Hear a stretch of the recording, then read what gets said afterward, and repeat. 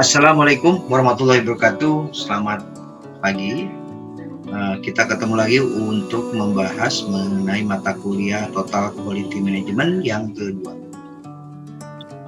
Hari ini adalah hari pertemuan yang kedua, tapi pertama-tama kan kita offline dulu untuk menyelaraskan kesepakatan beberapa hal yang kita akan lakukan pada masa yang akan datang. Untuk itu, kalau TQM yang pertama mungkin lebih banyak di konsep dasar mengenai kualitas TQM-nya sendiri. Nah, sekarang kita akan membahas mengenai hal-hal yang terkait dengan Total Quality Management, tapi yang mungkin lebih kepada quality improvement. Nanti kita bahas ya. Oke. Kita coba langsung ke presentasinya. Satu lagi yang belum kemarin itu yang belumnya adalah, sebentar saya coba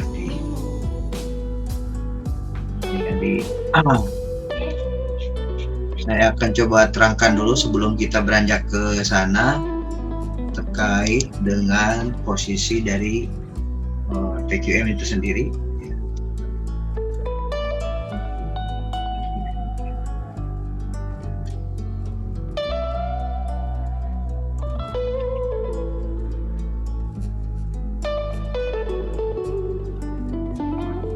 Kita bahas terkait dengan, gitu ya.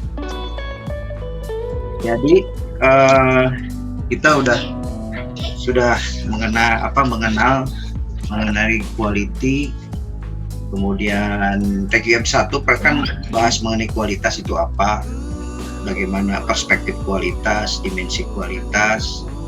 Untuk itu perlu ada penanganan, untuk mengendalikan kualitas itu perlu ada penanganan, lakukan penanganan lebih detail lagi, yaitu dengan menggunakan quality control. Nah, quality control ini tujuannya adalah melakukan atau mendeteksi finding dan fixing mistake, atau menemukan sesuatu dan memperbaiki kesalahan. Nah, ini adalah merupakan strategi atau apa yang dimaksud dengan quality control, melakukan inspeksi. Ya, inspeksi ini kita gunakan biasanya di dalam perusahaan itu ada disebut dengan SPC, Statistic Process Control. Ya. Yang kedua, kalau reactive approach dari quality control, tapi ada juga yang dimaksud dengan quality assurance, jaminan, yaitu biasanya quality assurance itu lebih kepada preventif. Jadi sebelum terjadi satu masalah, perlu ada kegiatan preventif, yaitu memperkirakan atau kegiatan-kegiatan sebelum terjadinya satu masalah. Itu perlu ada quality assurance, yaitu melakukan perencanaan dan secara sistematis kegiatan secara sistematik untuk memastikan produk dan jasa itu confirm atau sesuai dengan requirement atau kebutuhan dari customer kita. Itu adalah quality assurance. Nah, beyond on that atau di atas itu perlu di manage yang lebih baik lagi, lebih konseptual lagi, yang lebih besar lagi, itu kita namakan dengan TQM. Jadi TQM itu adalah naungan dari semua kegiatan-kegiatan tersebut, di mana seluruh di dalam satu kegiatan QA/QC ini menjadi salah satu bagian dari kegiatan TQM dalam rangka untuk memastikan atau memuaskan si pelanggan. Nah, untuk itu di dalam proses penerapan dari antara hubungan apa sih antara TQM dengan QC sama QA. Jadi secara produk itu konsentrasi kepada produk itu lebih banyak hanya ke produk saja, quality control itu. Jadi fokus ke kualitas produknya itu di quality control. Nah, kalau di quality assurance itu tidak hanya produk saja fokusnya, juga di prosesnya, proses pembuatannya, SOP-nya, kesalahannya, manajemennya, berbagai kegiatan yang dimana training dan lain-lain itu dimaksud dengan quality assurance. Tetapi kalau TQM itu lebih luas lagi fokusnya. Tidak hanya produk, tidak hanya proses, tapi perusahaan, bagaimana kebijakan perusahaan, bagaimana penganggaran, bagaimana pelatihan bagi orang-orang yang terlibat di dalam proses tersebut, dan lain sebagainya, itu ternaung di dalam TQM. Nah, kalau kita lihat dari secara sejarahnya, itu terjadi sebuah pertumbuhan konsep, pertumbuhan activity, di mana pada tahun 1970 itu konsep awal lebih fokus kepada produk, yaitu dengan quality control tadi. Ya, contoh misalnya tadi product testing, workmanship control, complaint, kemudian statistik, dan lain-lain. Ini adalah quality control. Pada tahun 1980 itu dikenal dengan istilah quality assurance. Quality assurance itu lebih kepada quality program, standar ISO, kemudian dokumentasi, qualification di dalam riset development. Nah, tahun 1990 dikenal dengan istilah quality management. Itu banyak lebih luas lagi, dan tahun 2000-an itu sampai 2010 itu lebih kepada TQM. Itu strategic planning, strategic change management, customer satisfaction, process improvement, quality award, impact and society, dan lain-lain. Ini adalah merupakan secara umum sama memiliki prinsip mengenai continuous improvement, ya, dalam memperbaiki sebuah sistem. Nah, kira-kira itu yang menjadi pengantar. Jadi antara QC dan TQM itu sangat terkait. Nah, sekarang yang kita bahas awal kali ini adalah terkait dengan SPC atau Statistic Process Control, di mana Statistic Process Control merupakan kegiatan di dalam quality control. Di dalam quality control itu pengendalian kualitas statistik ini kita harus melakukan pendahuluannya, istilah-istilahnya dulu ya, bahwa namanya kualitas adalah ukuran tingkat kesesuaian barang atau jasa dengan standar atau spesifikasi yang telah ditentukan, ditetapkan. Jadi sebelum kita disebut dengan kualitas itu, kita harus tetapkan dulu apa sih spesifikasi yang kita tetapkan sebagai kualitas standar. Baru apakah itu sesuai dengan yang kita produksi, sesuai dengan standar yang kita tetapkan atau tidak. Nah, itu disebut dengan kualitas.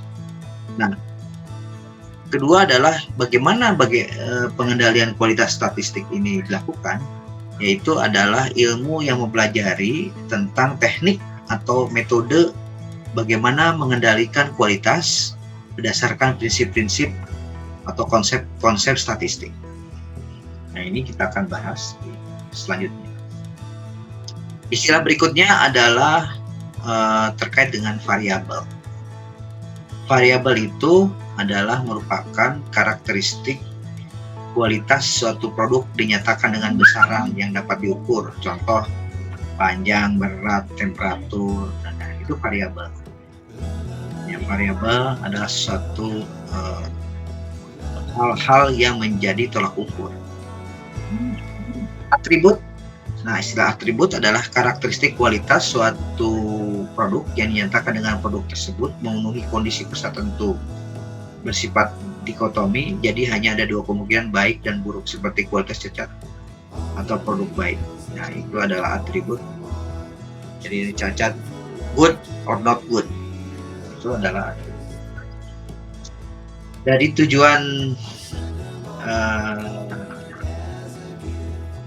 statistik proses kontrol ini adalah memperoleh jaminan kualitas, bahwa dengan adanya pengukuran ini menyatakan acceptable sampling plans, atau kualitasnya diterima atau tidak sesuai dengan sampling yang direncanakan. Terus kemudian tujuannya menjaga konsistensi kualitas dilaksanakan dengan control chart. Jadi untuk menjaga kualitas itu dipantau melakukan control chart. Nanti kita bahas mengenai apa itu dengan control chart. Keuntungannya adalah untuk mempertinggi kualitas, mengurangi biaya, menjaga kualitas lebih seragam, ya, menjaga kualitas lebih seragam. Kemudian ini tidak seragam. Kemudian menjaga kualitas jangan lebih dari seragam, harus seragam intinya ya. Menggunakan alat produksi lebih efisien, kemudian mengurangi rework atau pekerjaan ulang dan pembuangan, kemudian inspeksi yang lebih baik, memperbaiki hubungan produsen dengan konsumen, atau spesifikasi yang lebih baik.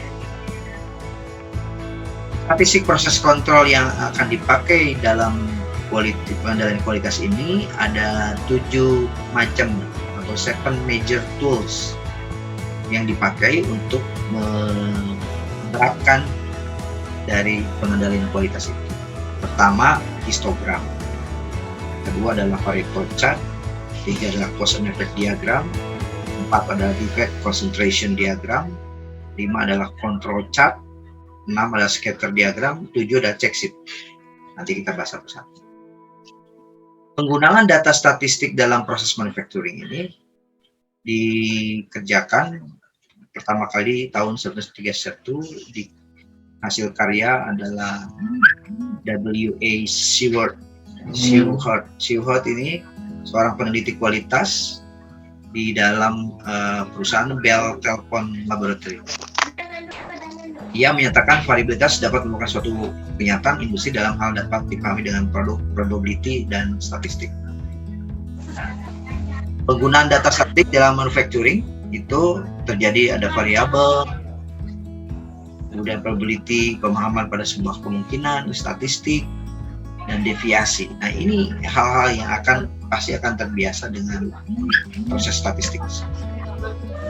Kita bahas satu-satu.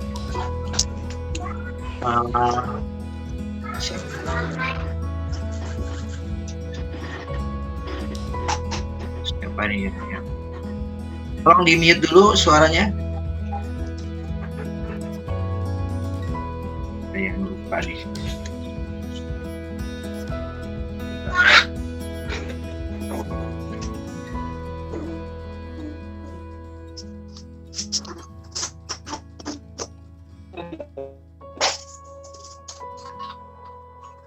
Mana yang belum? Tolong di mute dulu ya. Ini siapa yang belum mute? Suaranya masih bocor ke sini nih.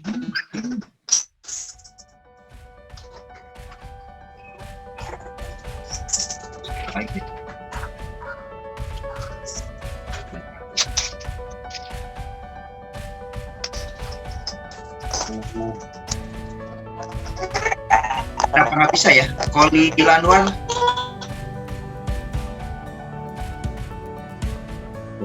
Semua ya. Di mute dulu ya suaranya. Oke, lanjut ya.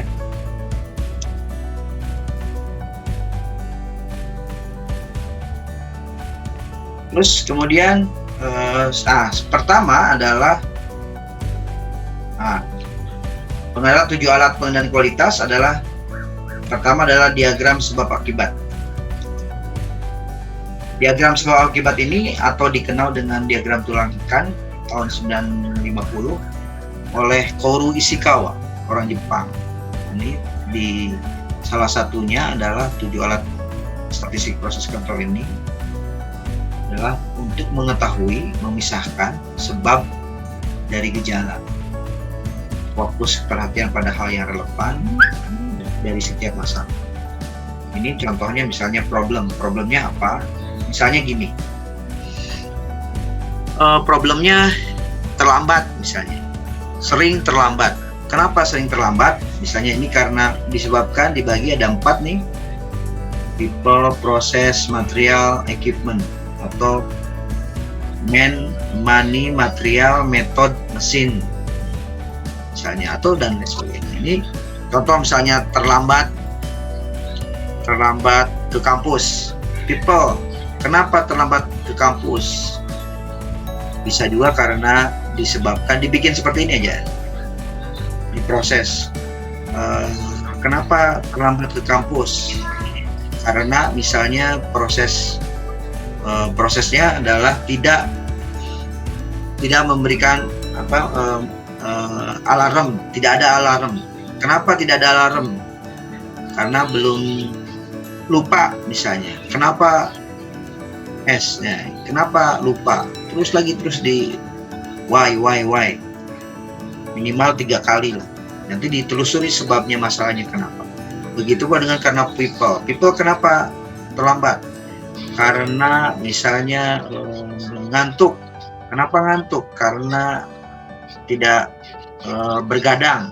Kenapa begadang? Karena mengejar pekerjaan, atau begadang karena nonton bola. Kenapa nonton bola? Karena hobi dan sebagainya.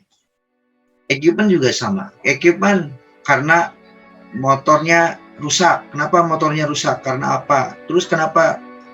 Dan sebagainya terus. Materials apa? Misalnya materialnya apa kalau di situ ya? Bensinnya nggak ada, dan seterusnya. Ini adalah analisa diagram sebab akibat. Kemudian kedua adalah check sheet. Ya, check sheet ini adalah merupakan alat untuk mempermudah mengumpulkan data. Biasanya seperti ini. Contoh misalnya ini adalah pintu mobil. Dalam produksi pintu mobil ini dicek satu-satu nih. Ada yang berbentuk kualitasnya bubble tuh ngegelembung. Run ini berarti dia lari dari tempatnya pas. Scuff mungkin lebih kepada goresan ya. Nah, ini adalah kita ambil satu-satu nih, dari sekian satu benda aja ini kita bisa lihat mana yang bubble, berapa kali bubble-nya. Oh, ini ada bubble berapa kali, 1, 2, 3. Nah, check sheet-nya seperti ini, check sheet 1, 2, 3, 4. Ini satu, ini door painting. Nah, ini nomor paint, tanggalnya berapa. Kemudian di sini ini merupakan bentuk dari check sheet. Yang ketiga adalah diagram Pareto. Diagram ini adalah untuk melakukan semacam mengklasifikasi ya sebab dan gejalanya. Nah, ini kita melakukan klasifikasi mana yang paling sering terjadi. Kalau paling sering terjadi itu yang paling depan. Prinsipnya adalah dari sekian banyak ini 80% dari trouble itu berasal dari 20 masalah. Jadi intinya fokus pada 20 yang terbanyak itu yang akan kita perbaiki. Contoh seperti ini. Ini Pareto diagram karena terlambat kedatangan laporan, penyebab laporan.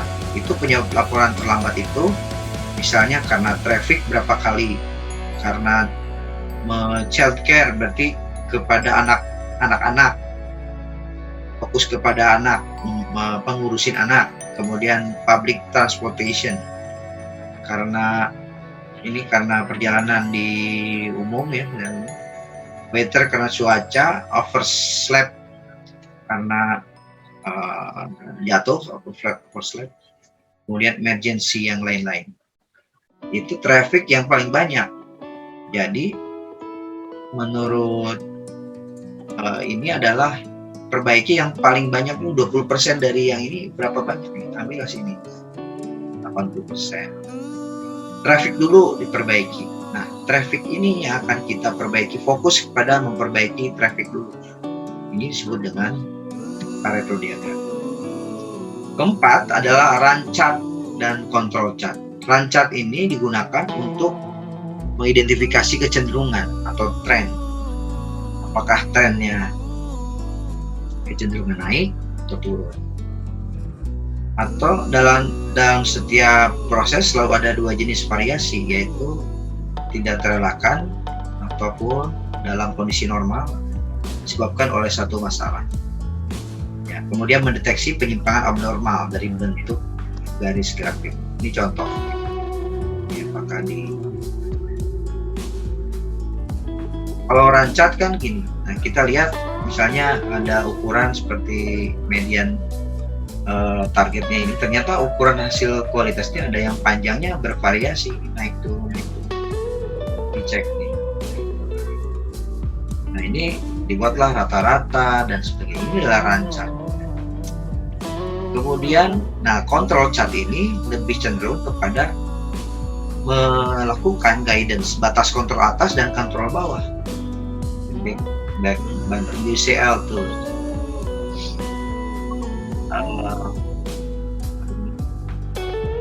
Ini limitnya adalah up limit, kemudian low limitnya.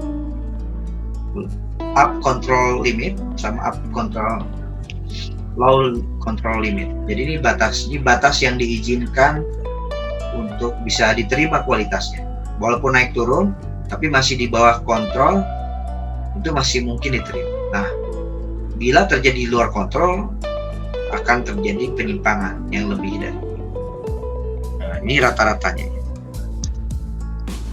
Kelima adalah histogram. Histogram ini merupakan suatu diagram yang dapat menggambarkan penyebaran atau standar deviasi, di mana histogram ini berbentuk kotak ya, seperti ini.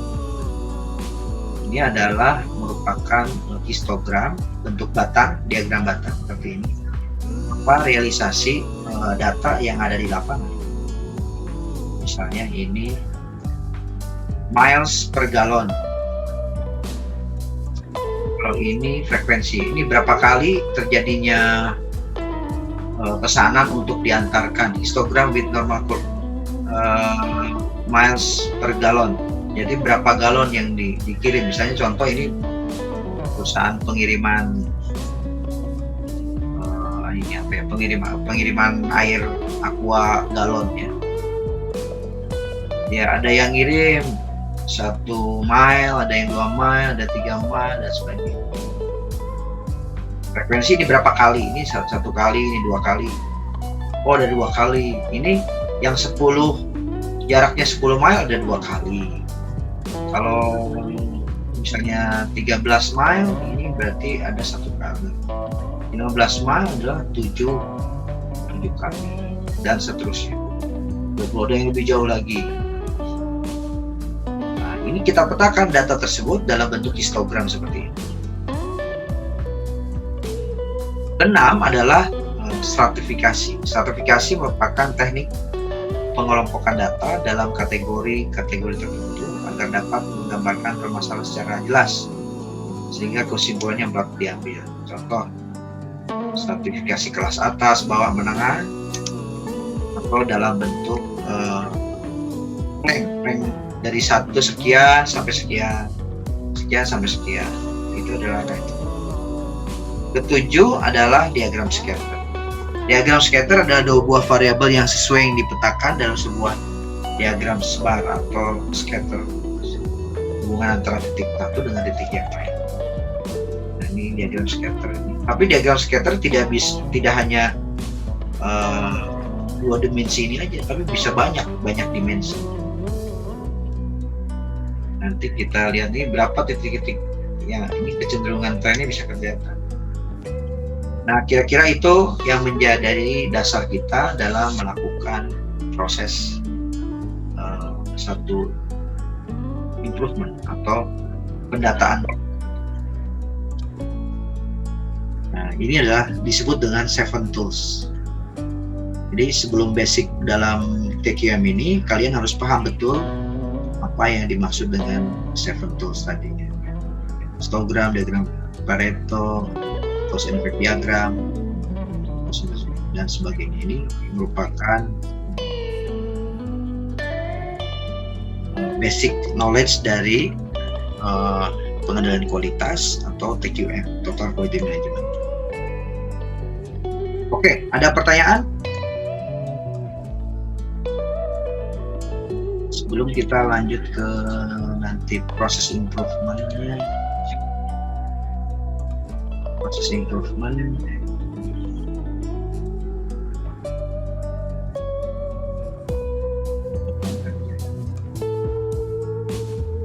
Ini dulu deh, sambil memahami dulu sebelum kita beranjak ke sana, diredamkan dulu otaknya, baru informasi yang diterima biar kalian bisa lebih. Ada pertanyaan nggak?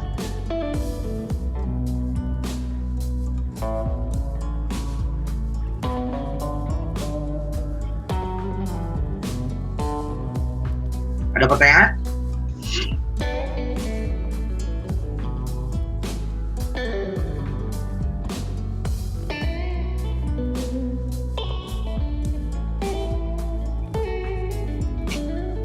Gimana? Ada pertanyaan nggak?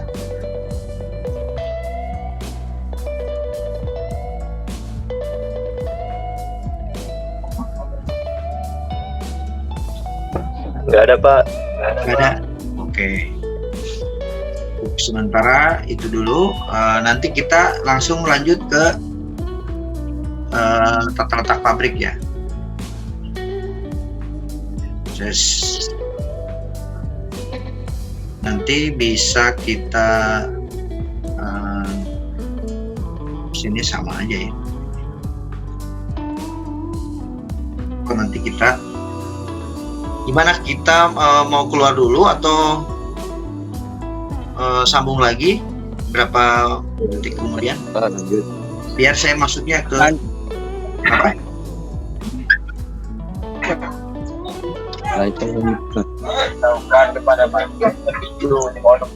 Saya save dulu ya. Harus di end dulu. Nanti saya undang lagi di tata letak pabrik ya. Bentar ya. Akhirnya belum, Bang. Terima kasih. Wassalamualaikum warahmatullahi wabarakatuh. Nanti sebentar lagi saya kirim alamat untuk meeting yang total letak pabrik ya.